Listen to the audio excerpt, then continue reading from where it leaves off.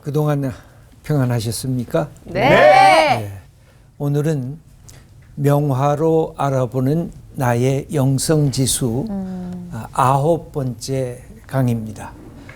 오늘 주제는 삶에서 내 영성의 상태가 어떤지를 한번 체크해 보려고 합니다. 오늘 주제는 일하고 쉬는가, 쉬고 일하는가.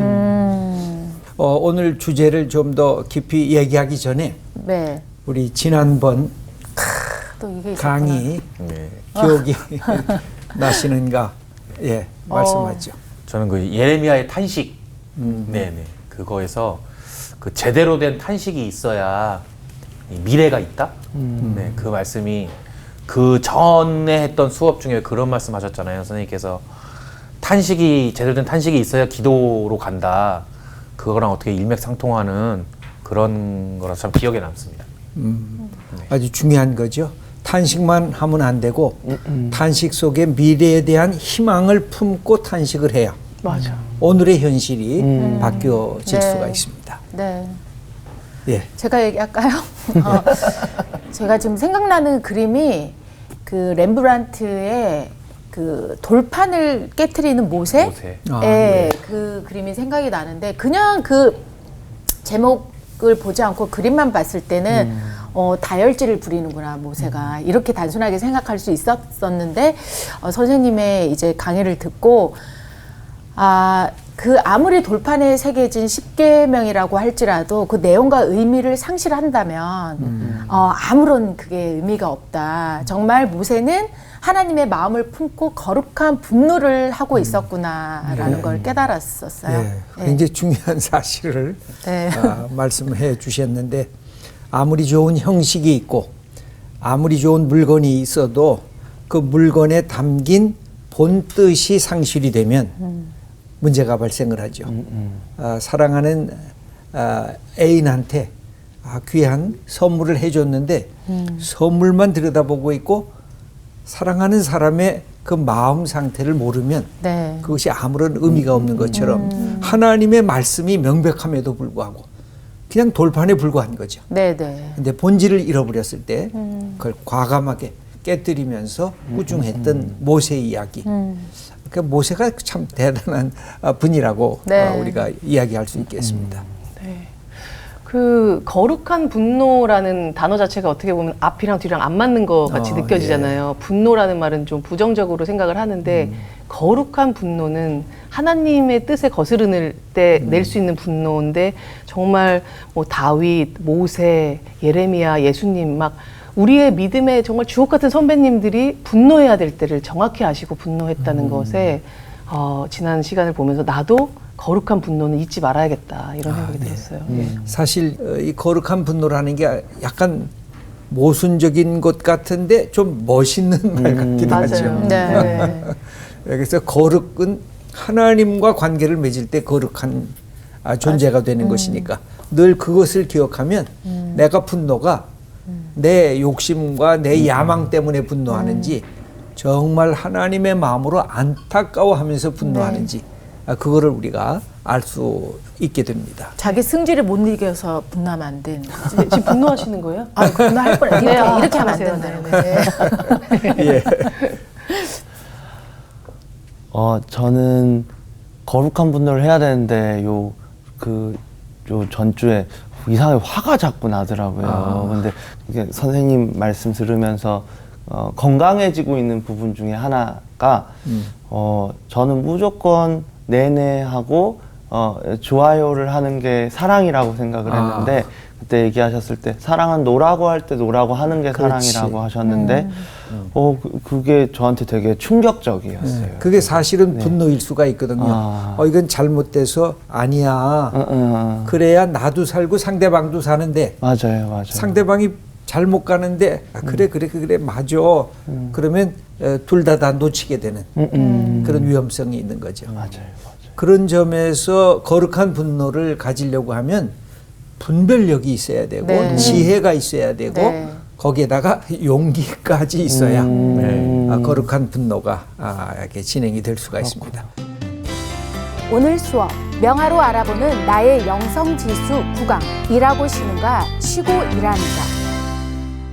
오늘은 우리 실생활에서 내가 어떤 영성적 태도를 갖고 삶을 내가 영위하고 있는가 하는 점을 말씀드리려고 합니다. 요새 우리 많이 듣는 말 중에 하나가 워라밸, work and life balance, 네. 일과 삶의 균형. 이것을 요새 특별히 젊은 사람들은 굉장히 많은 관심을 갖고 있습니다.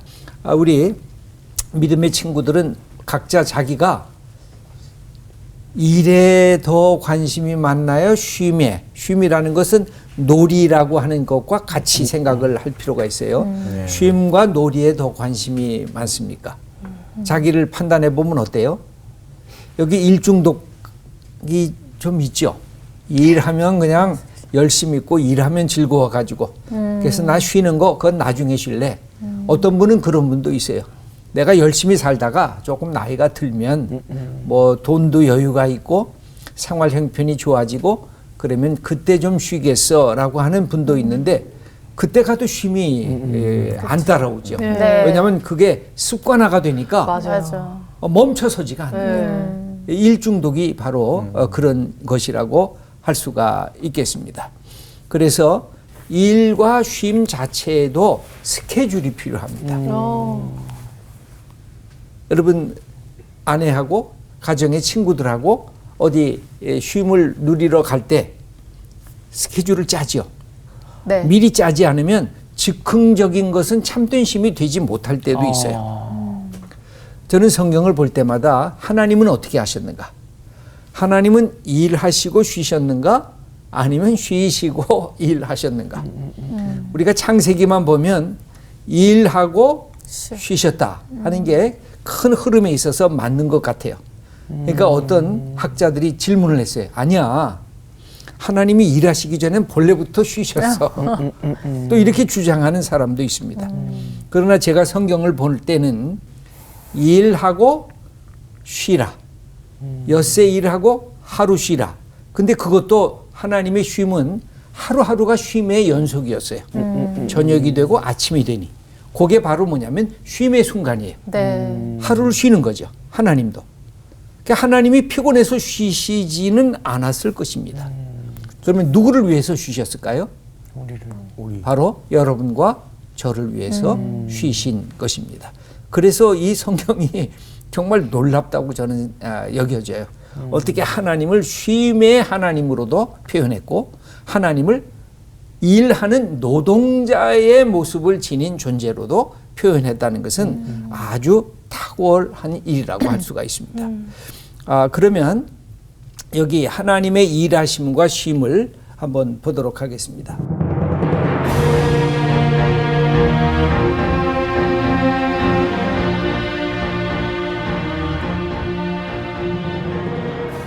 샤갈의 천지창조 유체화입니다.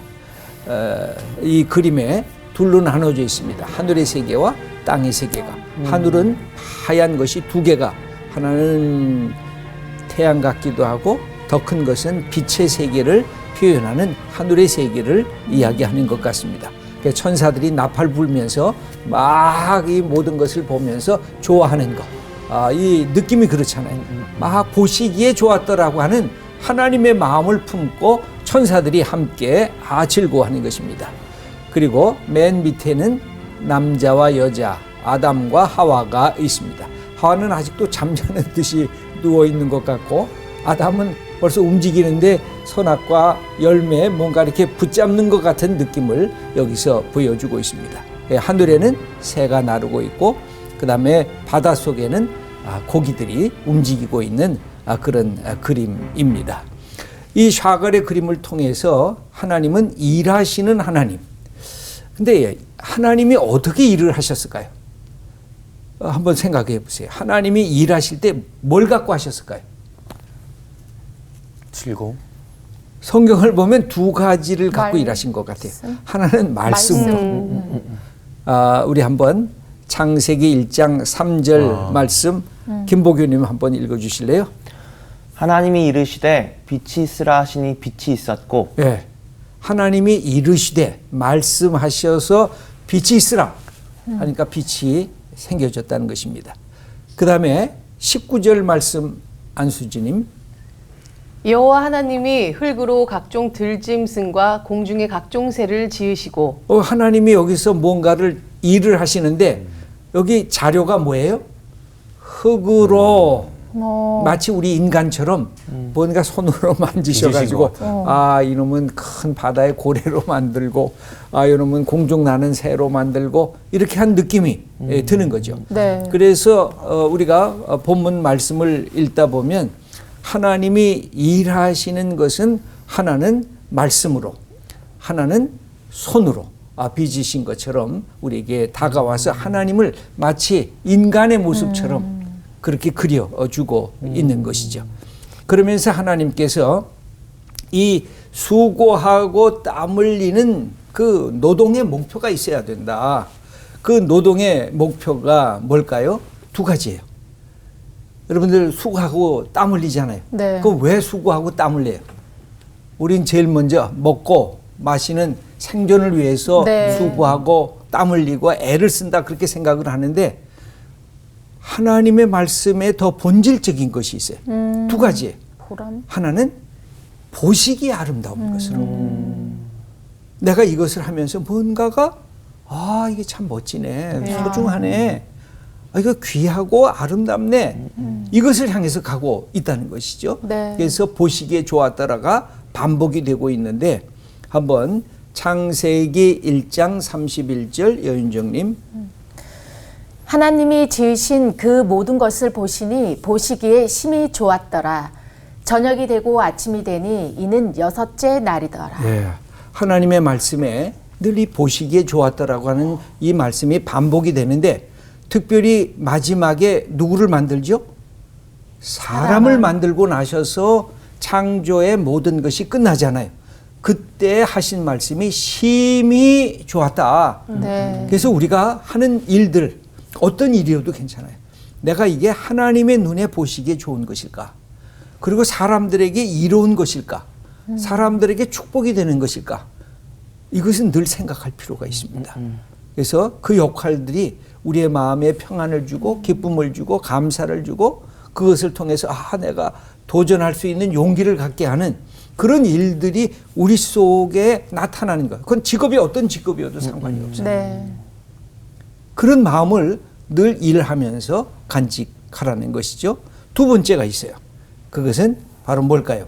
창세기 2장 3절의 말씀 홍가람님. 하나님이 그 7째 날을 복되게 하사 거룩하게 하셨으니 이는 하나님이 그 창조하시며 만드시던 모든 일을 마치시고 그날에 안식하셨습니다. 네. 마지막 일의 목표가 뭘까요? 쉼이에요. 샬롬이에요. 내 속에 평안이에요. 그래서 일하고 쉴 때 평안한 마음으로 쉬셔야 돼요. 네. 하나님이 오늘 내게 이 저녁을 주시고 그리고 밤에 단잠을 주시옵소서. 내 속에 평안을 허락해 주시옵소서. 내 육체도 평안해지고 내 마음도 편안해지고 내 영혼까지도 하나님의 샬롬을 누릴 수 있게 해 주시옵소서 하고 여러분들 주무시기 전에 하나님 앞에 요청을 할 필요가 있어요. 그동안 내가 오늘 열심히 일했네요.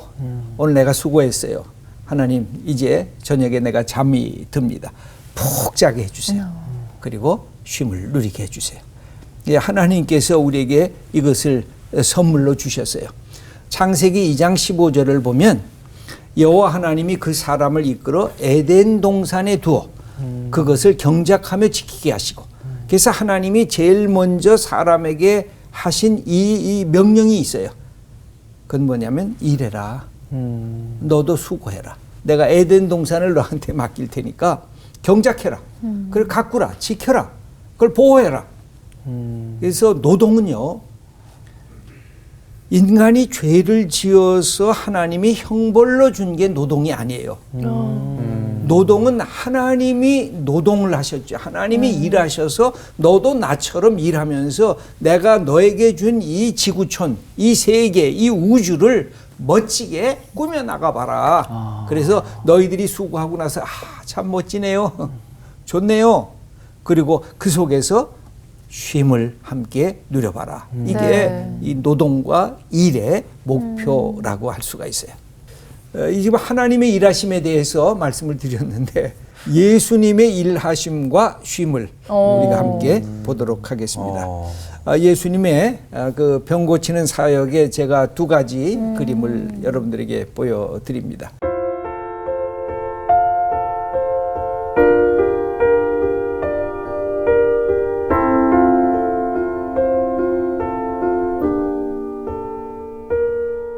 예수님이 베드로의 장모가 아프다는 얘기를 듣고 그 집을 방문하게 돼요. 그러면서 베드로의 장모를 치유하는 그 과정, 여기 보면 나이가 드셨으니까 예수님이 일으켜 세우시는데 두 손을 이렇게 딱 잡고 일어나라 하고 이제 일으켜 세우는 장면입니다. 그 다음에 오른쪽 병은 나병 환자를 앓고 있는 사람이 나는 부정하다 하고 사람이 가까이 오면 소리쳐야 됐어요. 네. 나한테 가까이 오지 말라는 거죠.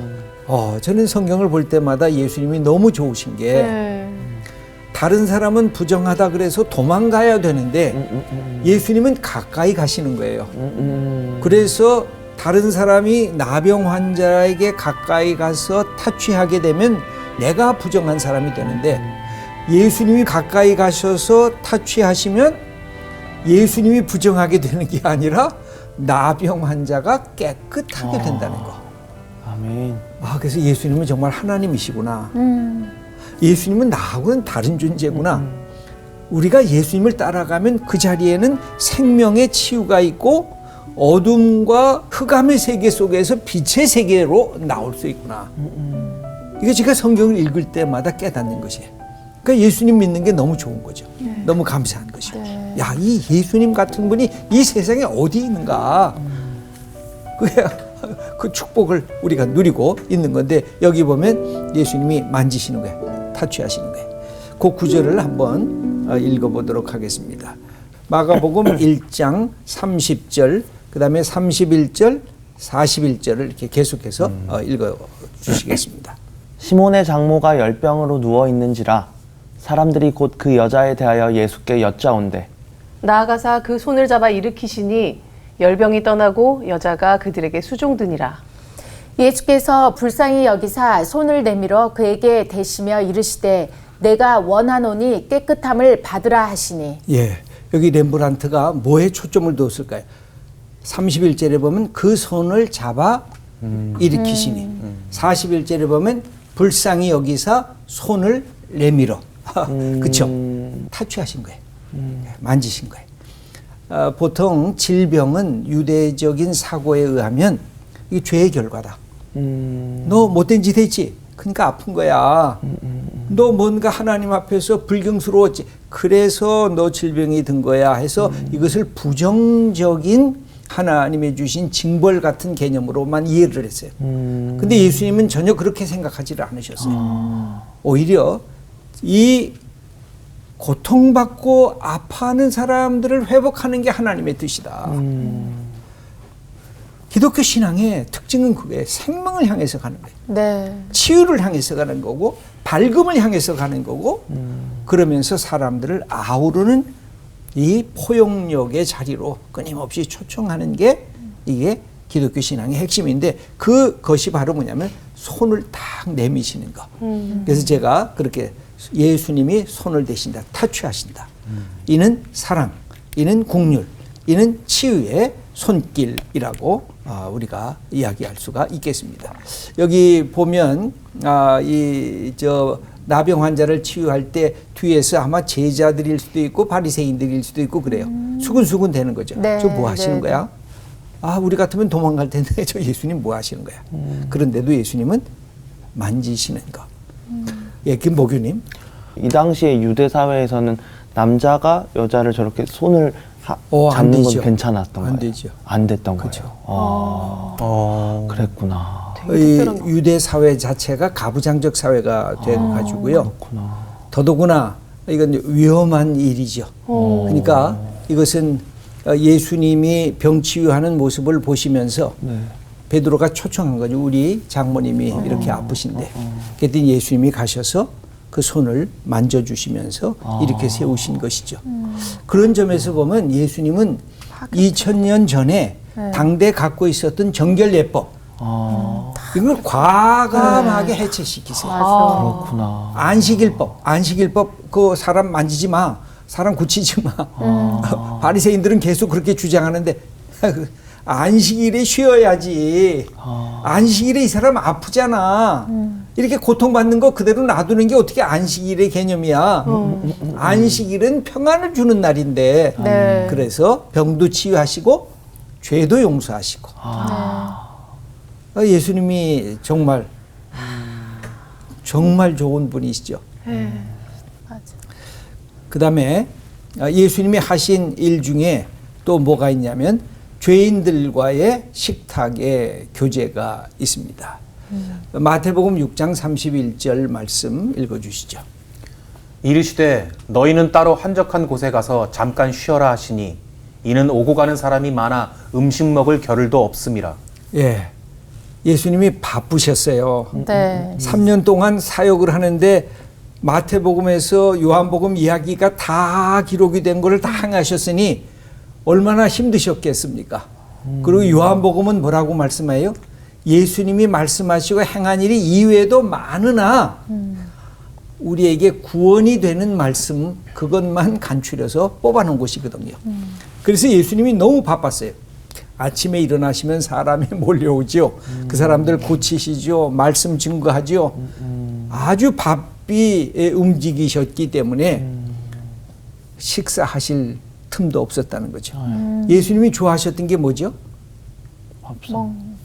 밥 먹는 거. 네, 먹는 거. 누가복음 7장 34절을 그래서 우리 읽어 주시죠.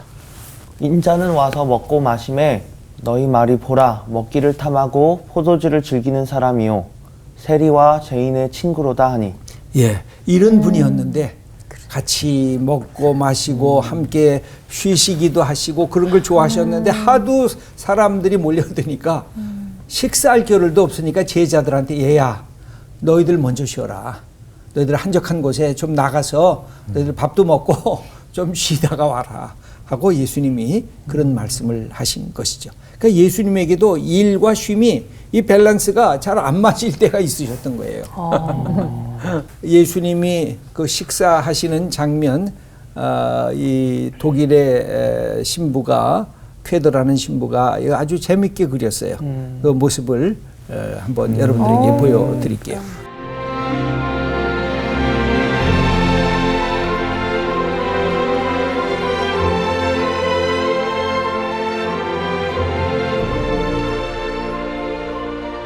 여기 보면 어떤 사람이 여기 같이 식탁 공동체에 초대를 받았을까요? 우선 아기가 보입니까? 네. 사회적 약자들. 예. 그다음에 백인도 있죠. 네네. 흑인도 있죠. 네. 또 우리 황색 인종도 있습니다. 네. 근데 아주 흥미로운 것은 맨 왼쪽 아래쪽에 남자가 꽃을 들고 있습니다. 이 둘이 사랑하는 사이인 네. 것 같아요. 그래서 여인한테 선물로 주려고 하고 있습니다. 그럼 예수님은 어디 있을까요? 빵 띄고. 예수님 빵을 두 손을 이렇게 딱 잡고 있는데 네. 한 가지 더 질문한다면 예수님의 얼굴은 그럼 어디에 있을까요? 성찬. 성찬의 네, 그러니까. 그 포도주. 아하. 포도주 가운데, 제일 가운데. 얼굴 비친다. 저게 빛이잖아요. 이렇게 밝은 이게 예수님 얼굴 형체인 줄 알았어요. 그러면서 예수님이 빵을 나눠주시면서 모든 사람들에게 생명의 주인으로서 그러면서 예수님의 얼굴 모습은 감춰져 있는데 바로 앞에 포도주에 예수님의 얼굴이 이렇게 비춰지고 있는 손은 아주 재미있는. 못 박힌 자국이신 예? 거죠? 손에 그 못 박히신 자국이신. 예, 여기 빵을 이렇게 붙잡고 있죠. 네네네. 앞부분에는 손에 못 박혀. 빵 맞아, 같기도 맞아. 하고 감자 같기도 하고 그런데 모든 인류가 다 예수님의 빵 앞에 다 나와 있고 어린아이, 남자, 여자, 흑인, 노인. 백인, 황인 다 모여서 즐겁게 그 사이에 왜 사랑하는 사람이 있어가지고 남자가 꽃을 빨간 장미인 것 같아요. 꽃을 닫더니 여자가 거기에 또 깊은 관심을 갖고 사랑하는 모습을 보여주는 아주 재미있는 그림이라고 할 수가 있습니다. 그러면 그 다음 그림을 한번 보도록 하겠습니다.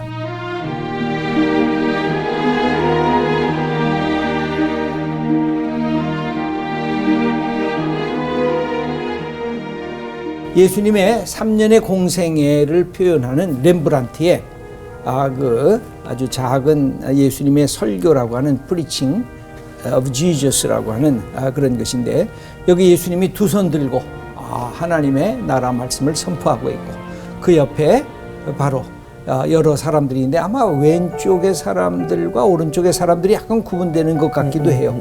왼쪽의 사람들은 바리새, 서기관들, 뭔가 이 문제점과 뭔가 흠잡으려고 그렇게 눈을 부릅뜨고 바라보는 것 같고, 오른쪽 사람들은 연약한 사람들, 맨 앞에는 어린아이가 이렇게 움직이면서 거기에 놀고 있는 장면까지 그려져 있습니다. 이 복음서에 나타난 예수님의 사역이 도대체 뭘까요? 그것은 병치유, 그 다음에 귀신 내쫓기, 그 다음에 하나님의 말씀 복음 선포, 그 다음에는 제자 양육하기, 그리고 사람 만나기. 그래서 사실 교회가 하나님의 말씀을 증거하면서 늘 세 가지를 공통적으로 늘 해왔어요. 항상 복음이 들어가면 뭘 세웠어요? 교회를 세우고. 네. 또 뭘 세웠어요? 학교를 세우고. 또 뭘 세웠어요? 병원. 그 다음에는 병원을 세웠어요. 우리나라도 똑같죠. 네. 선교사들이 이 땅에 왔을 때 병원을 세웠잖아요. 네. 우리 전주 예수병원도 있고, 이 세브란스, 그죠? 병원도 있고, 그 다음에 학교를 지었잖아요. 기독교 미션 스쿨을 많이 지었어요. 그 다음에는 교회, 곳곳에 하나님의 교회를 세워서 늘 복음이 증거되는 곳에는 말씀 선포, 그 다음에 지혜의 가르침, 그 다음에 인간의 질병의 치유. 예수님이 하신 일들을 우리 예수 믿는 사람들이 복음 증거하면서 일을 감당했다는 사실. 예수님이 굉장히 3년 동안 정말 부지런하게 그 당신의 역할을 감당하셨어요. 그 모습이 쭉 나오는 거 함께 보게 됩니다. 그리고 예수님의 쉼은 종종 그 순간에 어디로 가요? 한적한 광야로 나가요. 네. 그러면서 기도하시면서 하나님과의 만남 속에서 쉼을 가졌던 것을 볼 수가 있습니다. 그렇다고 하면 이제 우리들의 일하기와 쉼을 보도록 하겠습니다. 그림 두 개를 여러분들에게 보여드리겠습니다.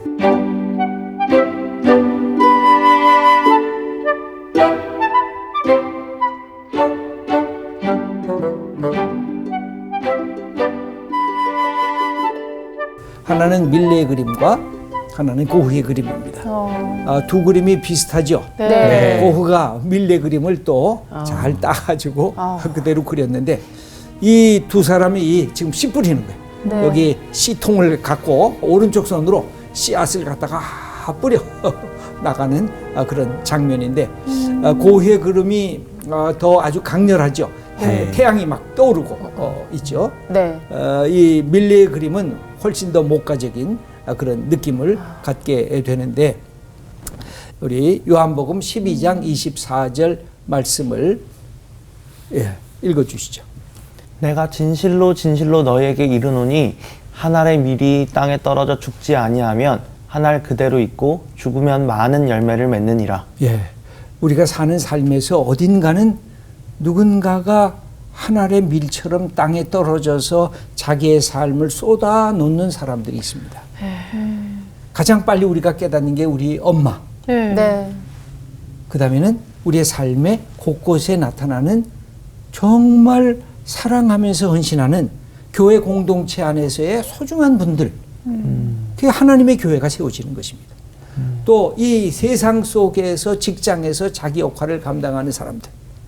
누군가가 하나의 밀처럼 자기의 삶을 내놓기 때문에 다른 사람들이 축복을 받는 것이라고 할 수가 있습니다. 그럼에도 불구하고 늘 기억해야 될 것이 헨리 포드가 한 말이 있는데 안수지님 한번 읽어주시죠. 일만 알고 휴식을 모르는 사람은 브레이크가 없는 자동차와 같이 위험하기 짝이 없다. 그러나 쉴 줄만 알고 일할 줄 모르는 사람은 모터가 없는 자동차와 마찬가지로 아무 쓸모가 없다. 예. 하나는 위험하고 하나는 쓸모가 없어요. 이 자동차를 만들었던 포드가 한 말이에요. 예? 일만 하고 쉴 줄 모르는 사람은 진짜 좋은 말이다. 뭐가 없어요? 브레이크가 없는 자동차. 여러분, 진짜 브레이크 위험한데? 없는 자동차 생각해봐요. 끔찍하죠? 네. 예? 브레이크 없는 기관차. 이거 끔찍한 겁니다. 근데 어디 부딪혀서 거꾸로 부서져야 멈춰. 쉬기만 하고 일할 줄 모르는 사람. 이게 뭐가 없어요? 모터 없는 이 자동차니까 어때요? 움직여 안 움직여? 아무 쓸모가 없죠. 이게 껍데기만 있는 거지. 이게 재밌는 표현이지. 아. 그래서 사진 찍을 우리에게는 때 브레이크도 있어야 되고 모터 추진하는 엔진도 있어야 열심히 달리다가 멈춰서기도 하고. 이게 우리 인생의 이 쉼과 일과 쉼이 필요한 것입니다. 그래서 여기 쉼에 대한 그림을 잠깐 보여드릴게요.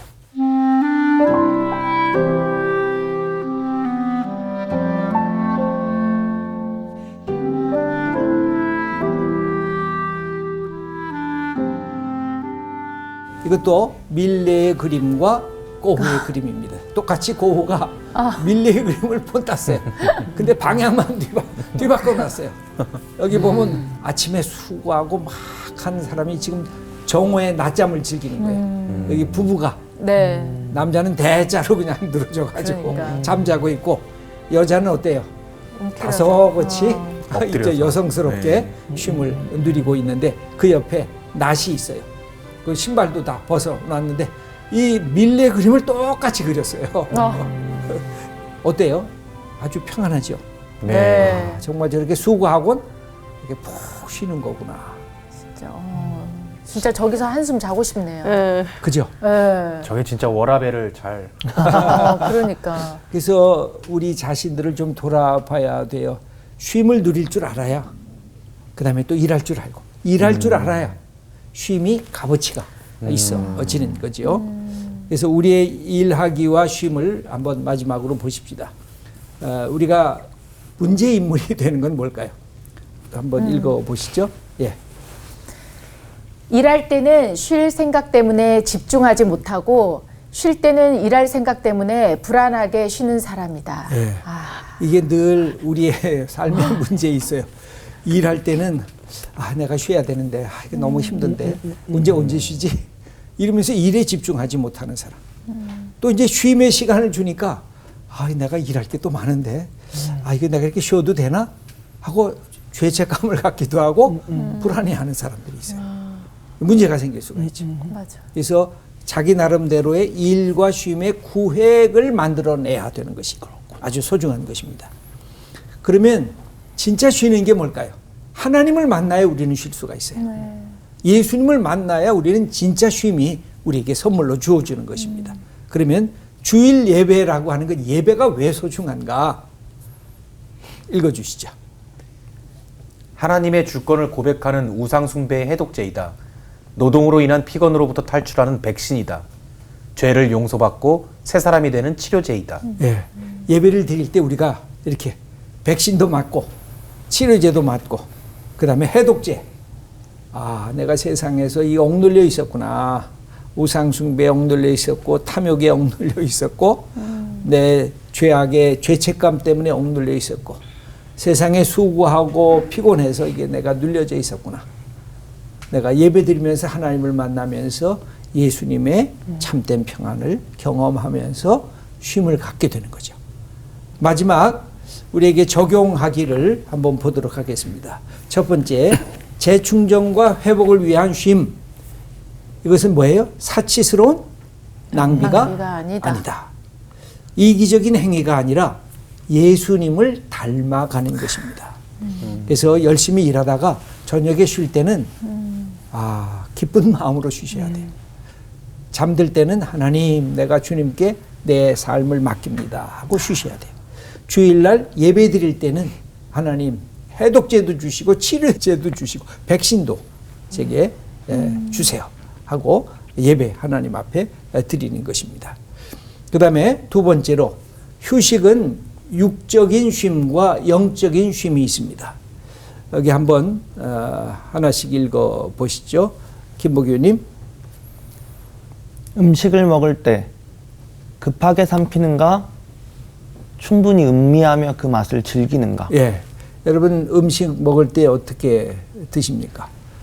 좀 음미하면서 아 맛있네, 감사하면서 그렇게 하는가? 그냥 먹기에 급한 적은 없었는가?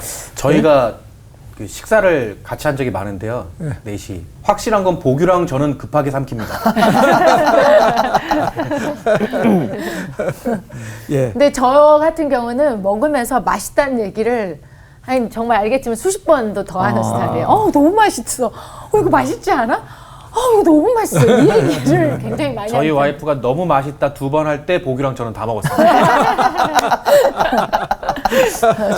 아니, 근데 그게 휴식이랑 음미하면서 맛을 즐기면서 즐기는 게 먹으라는 휴식이구나. 예. 두 번째 예. 휴식을 취할 때 읽어주시죠. 네, 휴식을 취할 때 죄책감이 드는가? 쉼은 하나님의 선물이구나 하며 감사하는가? 예. 쉼을 취할 때 어떤 사람은 일 중독에 빠진 사람은 뭐가 돼요? 이 죄책감에 있는 사람들이 있어요. 내가 지금 일해야 되는데 내가 이렇게 쉴 때가 아닌데 나 좀 더 노력해야 되는데 쉬지를 못하는 거예요. 근데 하나님의 선물이구나. 나 지금 잠깐 쉬겠습니다. 그렇게 쉬는 마음의 태도를 가지면 훌륭한 영성을 갖고 있는 사람이라고 할 수가 있죠. 그 다음에 세 번째. 지금 탈진 상태에 빠지고 있는가 혹은 새롭게 도전하고 싶은 마음이 솟는가. 예. 나 지금 모든 거 하기 싫어. 나 번아웃 됐어. 나 이제 안 할 거야. 그런 마음이 자꾸만 드는가. 아니면 아니야. 나 저거 또 해보고 싶어. 내가 한번 도전할 거야. 이런 마음이 생기는가. 그 다음에 네 번째입니다. 일이 나를 지배하는가? 오어 내가 일을 관리하고 있는가? 예. 어때요? 나는 이 일이 그냥 내 머릿속에 산더미 같이 있어가지고 나를 억누르고 있는가? 아니면 내가 아니야. 내가 할 거야. 내가 하나, 둘, 셋. 예.